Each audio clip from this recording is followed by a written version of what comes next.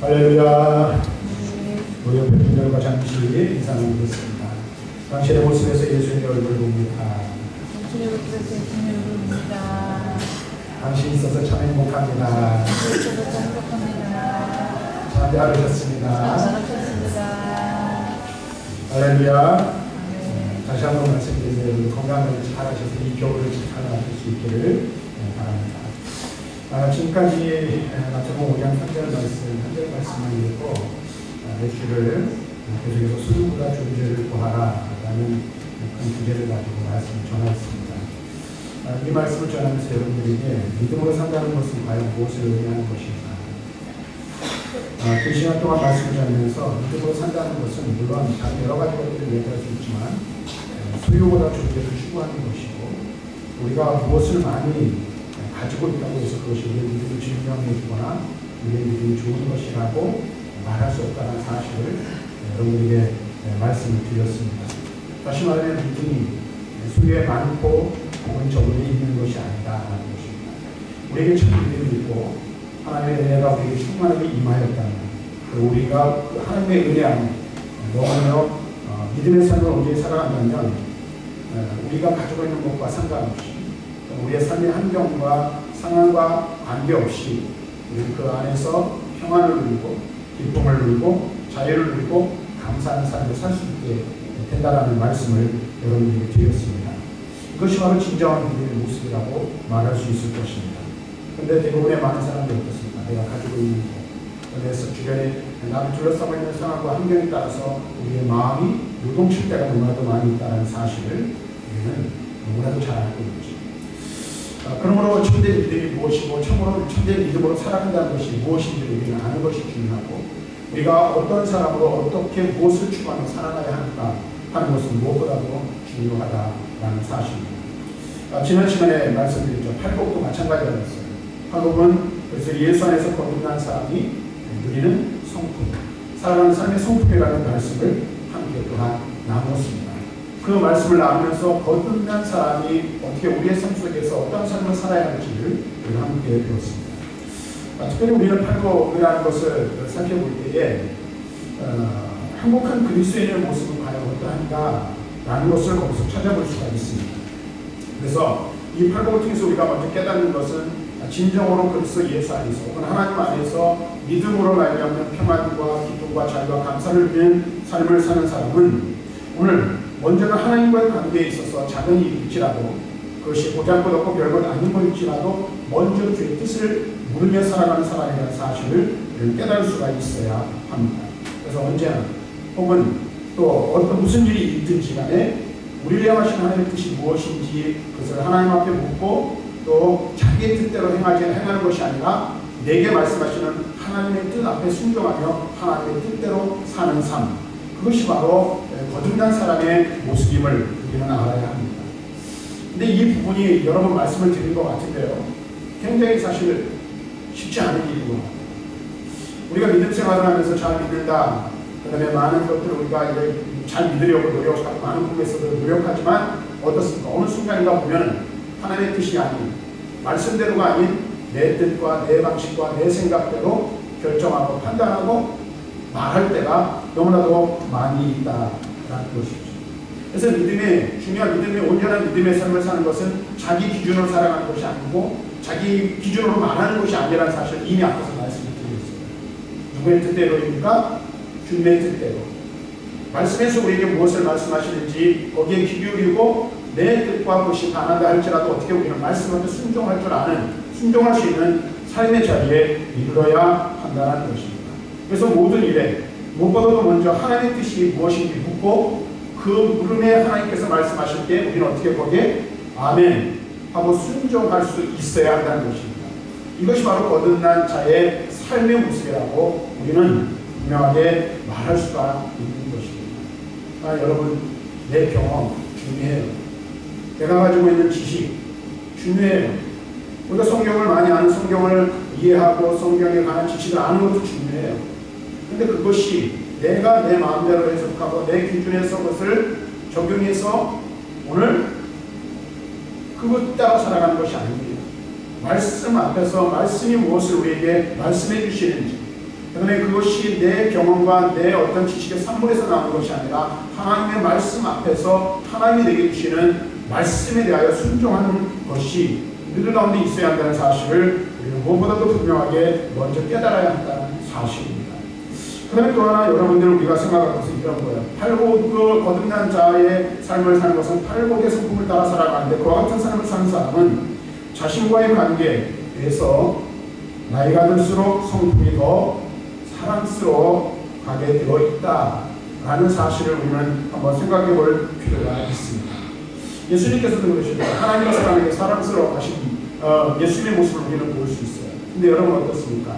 시간이 지나고 세월이 흐르고 인생의 연륜이 쌓이고 또는 우리가 믿음의 연륜이 쌓여가면서 여러분들은 어떤 성품으로 변화되어지고 있습니까?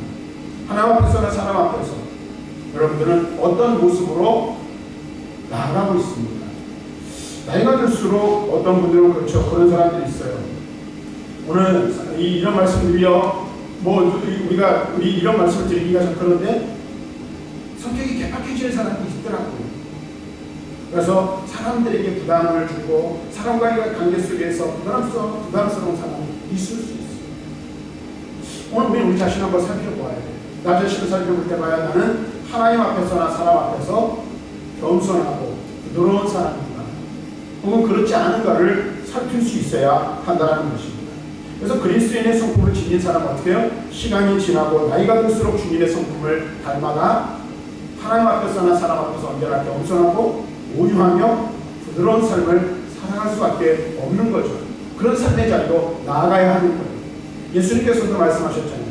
나는 마음이 온유하고 겸손하니 나의 멍에를 메고 기대기 때문에 우리가 주님의 마음을 본받고 주님의 그리스도의 장성한 분량에 충분한 데까지 자라가는 것이 우리의 삶의 목표일진데 우리는 어떻게 주님의 겸손과 주님의 온유함을 본받아 주님처럼 겸손해지고 주님처럼 온유해지는 그러한 삶이 우리의 삶 가운데 있어야 한다는 것입니다. 이것이 거듭난 사람, 팔복을 추구하며 살아가는 사람의 모습이라 말할 수 있어요. 그 다음에 이웃과의 관계에서는 누구에게든지 상대를 먼저 배려할 줄 알아야 한다는 것입니다. 이 배려라는 것은 사실 그리스도의 덕목이고 또 우리들의 덕목이어야 하는 것입니다. 우리에게 가장 필요한 것이 무엇입니까? 서로에 대한 존중과 배려라는 사실을 잊지 마시길 바랍니다. 그리스도인의 삶은요, 이기주의의 삶이 아니에요. 그렇죠? 그렇다고 또 해서 우리가 정확하게 이타주의의 삶을 살아야 된다고 말할 수도 없어요. 근데 우리가 주님 앞에서 말씀드렸지만 주님을 본받고 우리가 그리스도의 장성한 분량에 충만한 데까지 자라가기를 원한다면 주님이 어떻게 사셨는지를 우리는 배울 필요가 있고 주님을 닮아갈 필요가 있잖아요. 주님의 성품을 닮아 오늘 우리가 주님처럼 살아가는 사람들이 바로 그리스도인이라고 말하잖아요. 그러면 우리는 주님의 무엇을 배워야 합니까? 그의 온유하고 겸손한 성품을 배워야 할 뿐만 아니라 주님께서 우리를 위하여 자기의 몸을 내어주신 것처럼 우리를 위하여 자기의 모든 것을 내어준 것처럼 우리의 이웃에 대하여 우리 또한 그래야 한다는 것입니다. 그것이 무엇입니까? 배려라는 것으로 나타나야 한다는 것입니다. 그래서 여러분 서로가 서로를 배려해주고 또 서로가 서로를 격려해주는 것이 무엇보다 우리 공동체 안에 필요한 것 같아요. 여러분 한번 생각해 보십시오. 여러분 자신을 한번 살펴보시기 바랍니다. 사람들과의 관계 속에서 바깥에 있는 다른 사람들 말고 우리 교회 안에서 함께 성도된 저와 여러분들이 오늘 그들 관계 속에서 과연 우리가 서로를 배려하고 격려해주며 위로해주는 그와 같은 삶의 모습이 얼마나 있는지 한번 살펴보시기 바랍니다. 이것이 바로 팔복을 추구하는 사람들의 삶의 모습이라는 것입니다. 우리가 이와 같은 삶을 살 때에 이와 같은 성품 우리 자신뿐만 아니라 나와 관계된 모든 사람들에게 행복을 주는 그런 매력이 있게 된다는 사실입니다. 저와 여러분들이 진정한 그리스도를 담고 그리스도의 성품을 본받아 그리스도의 삶에서 거듭난 사람으로서 팔복을 추구하고 그와 같은 축복된 삶의 자리로 나아가며 온전한 그리스도인의 삶을 살아갈 때에 여러분들의 사람과의 관계 속에서 어떻게 매력 있는 사람, 그 다음에 여러분으로 말미암아 여러분과 관계되는 누군가가 여러분 때문에 행복을 느끼고 평안함을 느끼고 감사를 경험할 수 있는 자리에 이룰 수 있게 된다. 그리고 그럴 때에 비로소 안디옥 교회 사람들이 그들이 그리스도인이라는 이름으로 칭함을 받은 것처럼 저와 여러분들이 그리스도 예수 안에서 우리의 존재가 무엇인지를 깨닫고 그 존재를 추구하며 살아가 온전한 그리스도인의 삶을 살기에 세상 사람들이 저와 여러분들의 삶을 보면서 비로소 우리를 예수 잘 믿는 사람으로 또는 그리스도인으로 부르게 될 것이라는 사실입니다. 오늘 이 사실을 우리가 분명히 알아야 돼요. 스님들이 자 저한테 저를 집중하시기 바랍니다. 저도 집중이 안 되지만 여러분들이 잘 들으셔야 돼요. 그리스도인으로 살아간다는 것이 무엇일까? 그리스도인답게 사는 것이 어떤 것인가를 생각해야 된다는 거예요. 그저 교회 다니고 예배 참석하고 교회 안에서 직분을 맡은 대로 그냥 어떤 그것을 행하는 것, 그것으로서 내가 그리스도인다운 삶을 살았다 라고 말한다면 여러분들은 잘못 깨닫고 잘못 알고 있는 것이라는 사실이에요. 단순하게 교회를 다닌 것으로 내가 그리스도인이다라고 증명할 수 없는 거예요. 우리의 삶을 통하여 우리의 삶으로 그리스도가 증거되어지고 그리스도의 소품이 나타나지 않으면 우리가 진정한 그리스도인으로서 하나님 앞에서나 사람 앞에서 우리의 존재를 추구하는 삶을 살아간다 말할 수 없다는 사실이에요.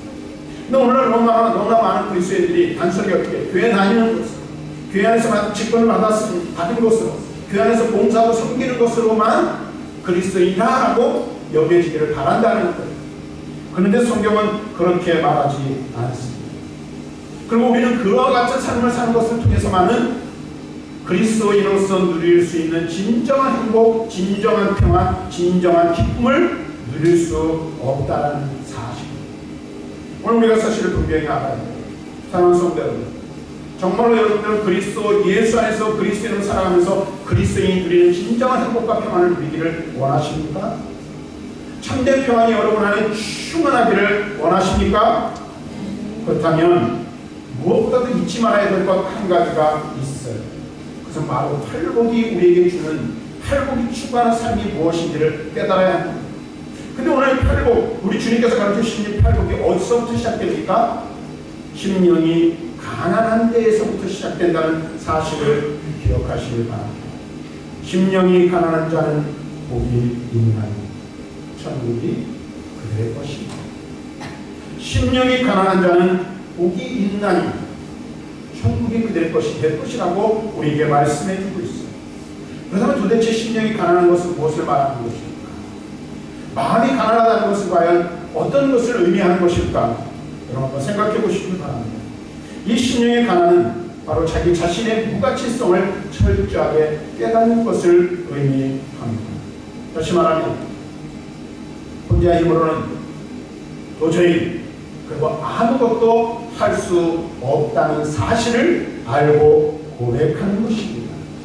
그래서 우리는 날마다 하나님 앞에서 무엇을 고백해야 합니까? 나는 죄인입니다. 나는 아무것도 할 수 없습니다. 나는 비천한 자입니다. 하나님이 나를 도와주시지 아니하시면, 하나님이 나를 붙들어주시지 아니하시면, 하나님이 나와 함께 하시지 않으면 나는 아무것도 아닙니다. 이렇게 고백할 수 있어요. 이런 고백이 저와 여러분들에게 있기를 주님의 이름으로 간절히 축원합니다. 축원합니다. 여러분 보세요. 내 힘으로 할 수 있고 내 능력으로 할 수 있다. 그러면 우리는 아무것도 사실 할 수 없어요. 오늘 여러분들 분명히 아셔야 돼요. 지금까지 내가 살아온 삶이 내 힘과 내 의지와 내 능력대로 산 것이 아니라는 사실을 알아야 돼요. 오늘 내가 이 자리에 있는 것도 마찬가지예요. 하나님의 은혜가 아니었다면 이 자리에 있을 수 있는 자가 과연 누구이겠습니까? 저 자신도 마찬가지예요. 하나님께서 제게 은혜를 베푸시지 않았다면 제가 과연 이 자리에 서서 여러분에게 이렇게 설교를 하고 말씀을 전할 수 있겠습니까? 그럴 수 없다는 거예요. 또한 뿐만 아니라 말씀을 전할지라도 제가 할 수 있는 건 아무것도 없어요. 말씀을 준비하고 이걸 붙들고 기도하며 지금까지 한 주간을 보내왔지만 이 말씀을 전할 때도 성령께서 우리 모두의 심령 가운데 깨닫게 하시는 은혜와 성령의 강권적인 은혜가 임하지 않으면 우리는 말씀을 단 하나도 깨달을 수 없고 말씀의 감동을 받을 수 없는 거예요. 하나님의 은혜가 우리 가운데 임하지 않으면, 하나님의 은혜로서 우리를 붙들어 주시지 않으면 우리는 할 수 있는 것이 아무것도 없다는 사실을 분명히 깨달아야 하는 거예요. 그래서 심령이 가난한 자는 자기의 무능함과 무기력함과 무능력함을 고백하고 자기 자신은 아무것도 아니라는 사실을 고백할 뿐만 아니라 그래서 전적으로 하나님만을 의지합니다. 하나님 밖에는 의지할 리가 없습니다라고 고백할 수밖에 없는 거예요. 이것이 바로 심령이 가난한 자인 줄로 믿습니다. 심령이 가난한 것은 단순히 돈이 없거나 물질이 모자라는 것이 아니에요. 풍요로움이 없는 게 아니고 궁핍함이 아니라는 사실을 알아야 돼요. 그래서 우리는 시편 기자가 시편 40편 17절에서 말하는 말씀에 귀 기울여 들어야 합니다. 나는 가난하고 궁핍하오나 주께서는 나를 생각하시오니 주는 나의 도움이시오. 나를 건지시는 이시라. 나의 하나님이여 지체하지 마소서. 여러분, 우리가 사실 이 고백이 저와 여러분들이 고백이 되어야 돼요. 우리는 늘 심령이 가난한 자가 되어야 합니다. 그때 하나님의 은혜를 경험할 수 있는 거예요. 뿐만 아니라 행복의 삶은 세상의 복을 구하지 않는다는 사실을 여러분 또한 기억하시길 바랍니다. 어떻게 될지는 모르지만 여러분, 이런 거 우리가 기도할 때 하나님 앞에 간구할 때 그러죠. 의인이 되고 싶다, 인정받고 싶다, 혹은 명예를 얻고 싶다. 또는 저도 가끔가다 여러분들 그런 말씀을 드리지만 부자가 되고 싶다. 또는 하나님의 도움으로 좀 강한 사람이 되고 싶다. 이것이 회복을 추구하는 사람의 모습일까? 아니라는 것입니다. 참 믿음의 삶에 저리로 나아가는 것이 아니다. 진정한 믿음의 삶, 믿음의 기도는 도리어 세상의 모든 복, 우리가 원하는 모든 것을 내려놓는 것, 주님 앞에 내려놓는 것, 그리고 스스로 복받을 자격이 없음을 주님 앞에 고백하는 것입니다. 그래서 하나님 드리는 기도는 어떤 면에서 요청이 아니라 하나님 앞에서의 자기의 모든 것들을 철저하게 가감 없이 내려놓는 용기인지도 모르겠습니다. 하나님의 열매를 요구하는 것이 아니라 하나님의 선한 뜻으로 주어지는 삶을 따라 살아가겠다라고 순종하는 겁니다. 그래서 기도의 다른 한 면을 우리가 이야기한다면 기도할 때 우리가 기도에 뭐 천국권이 있고 하나님과 내가 이런 여러 가지 말이 아니에요. 그래서 무엇이든지 구하는 하나님과 그러시라고 말씀하세요. 맞죠? 근데 진정한 기도의 또 다른 거는 여러분이 깊이 생각하고 묵상해야 될 것 중에 하나가 있어요. 제가 말씀을 드렸는데 하나는 그거예요. 주께서 우리에게 무엇을 말씀하시는지 자, 근데 여러분 보세요. 듣는 것으로 끝나면 어떻게 됩니까? 이거예요. 내 형편과 사정과 내 원하는 것을 하면 막 쏟아내. 그럼 그냥 돌아서도 문제예요. 그렇죠? 주님이 무엇을 말씀하시는지 기대를 듣지 않아요. 그러고는 응답받지 못했다라고 얘기를 해요. 그런데 우리는 어떻게 해요? 기도했으면 내가 기도한 그 기도에 대하여 주님이 나에게 무엇을 말씀하시는지 어떻게 말씀하시는지 들을 수 있는 준비가 되어 있어야 되는 거예요. 그 다음에 무엇이 필요합니까? 잘 들으십시오. 주께서 내게 무엇을 말씀하시는지 예하고 순종하며 나아갈 준비가 되어 있어야 합니다. 그래서 기도는요, 다른 면, 아주 중요한 한 면을 우리가 이야기한다면 주님께 내가 주님 말씀대로 주님 뜻대로 주님 말씀하시는 대로 순종하겠습니다 라고 대답하는 것이 기도인 줄로 믿습니다. 이것이 우리의 삶 가운데 있어요. 앞에서 말씀드렸죠. 믿음으로 살아가는 것은 내 기준대로 내 뜻대로 내가 아는 대로 행하는 게 아니에요. 주님이 무엇을 말씀하시든지 주님이 말씀하시는 그 말씀에 귀 기울여 듣고 주님이 원하시는 대로 살아가는 것이 참 믿음의 삶이에요.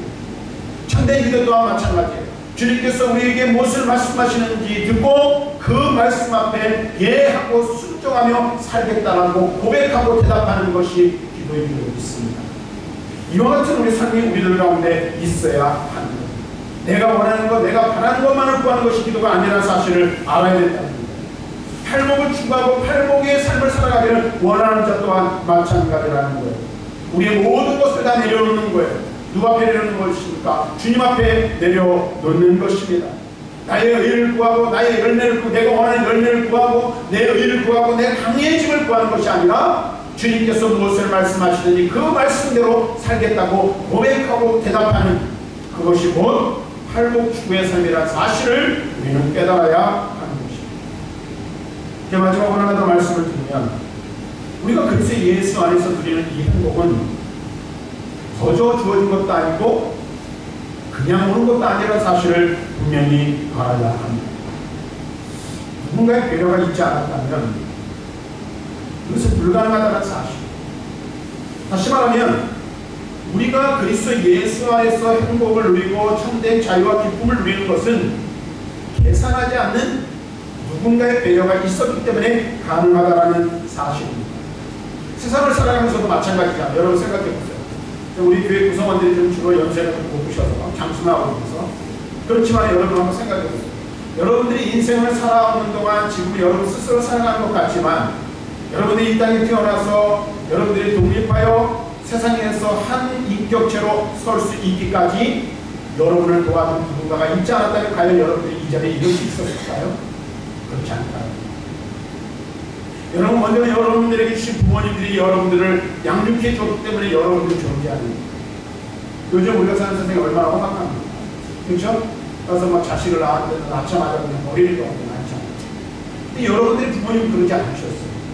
우리가 노래 부르는 것처럼 진자리 많은 자리 강한 이웃이 이와 같은 배려와 사랑이 있었기 때문에 우리가 존재하는 거예요.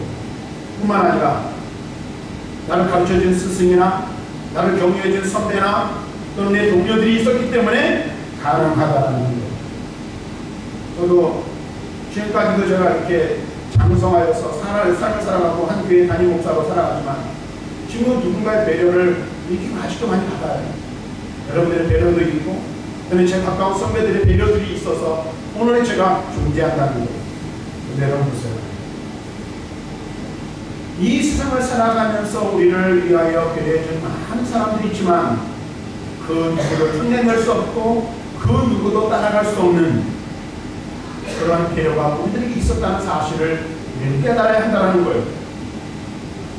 나보다 먼저 가난을 자청한 분이 계시다는 사실입니다.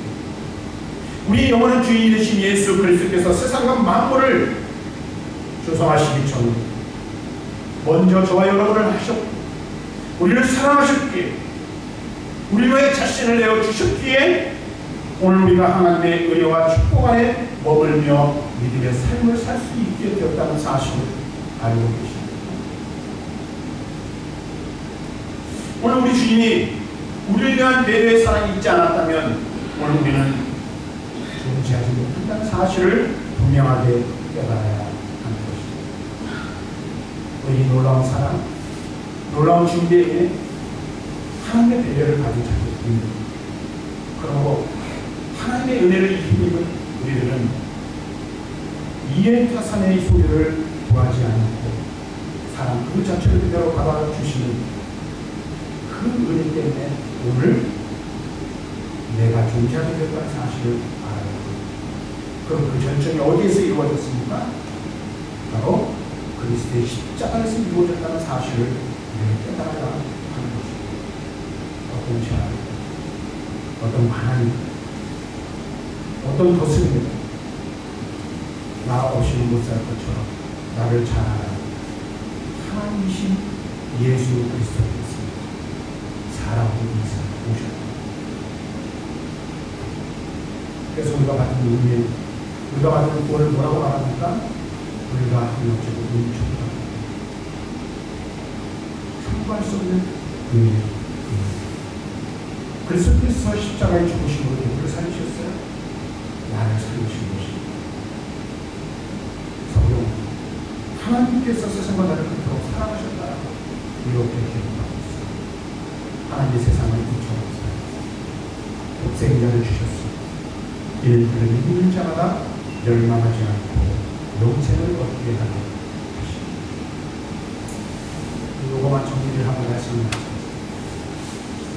우리 주님이 우리와 이 세상에 오시고 자신을 보여주셨어요. 근데 만일 소유를 추구하고 많은 것을 얻는 것이 진리라면 예수 그리스도의 세상에 오지 마셨어야 살아가는 것입니다. 여러분, 하나님과 동등한 위치, 동등한 권세를 누리고 계셨던 분이 누구이십니까?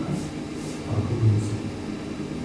근데 그걸 버리고 이 땅에 오시면 그 저는 어리석은 거 좋아졌겠습니다. 근데 그분이 오셨다. 천지를 지으시고 만물을 다스리시는 하나님께서 무엇 때문에 오셨습니까? 사람을 위해 아낌없이 자기를 내어주기 위해 이 세상에 오셔서 자기의 모든 것을 내려놓으셨다는 사실. 죄인 우리를 의의 존재로 바꾸시기 위해 이 세상에 오셨습니다. 만약 여러분 한번 생각해 보세요. 여러분을 위해 이 세상에 오신 예수 그리스도께서 목숨을 걸고 존재를 추구하셨다면 그분을 따르는 그리스도는 역시 목숨 걸고 자신이 누구인지를 알고 그와 같은 삶을 추구하는 삶을 사는 것이 당연한 것이 아닌가 한번 생각해 보시기 바랍니다. 여러분은 어떤 삶을 살고 있습니까? 여러분 심령의 상태는 어떻습니까? 혹시 불만과 불안과 상실로 괴로워하고 있지는 않습니다. 그리스도의 모습, 매일의 삶 속에서 행복과 행복을 누리고 있습니다. 오늘 예수님께서 팔복의 시작의 말씀을 계속 말씀하셨습니다. 그리스도인답게 사는 거듭난 자의 삶의 시작은 가난한 마음에서부터 비롯된다는 사실 우리에게 알려주고 있습니다. 소유가 많은 것을 끌어모으는 것이 아니라 버림에서부터 시작된다는 사실을 말씀드리고 있습니다. 심령이 가난한 자는 복이 있나요? 천국이 그들의 것입니다. 심령이 가난한 자는 복이 있나요? 천국이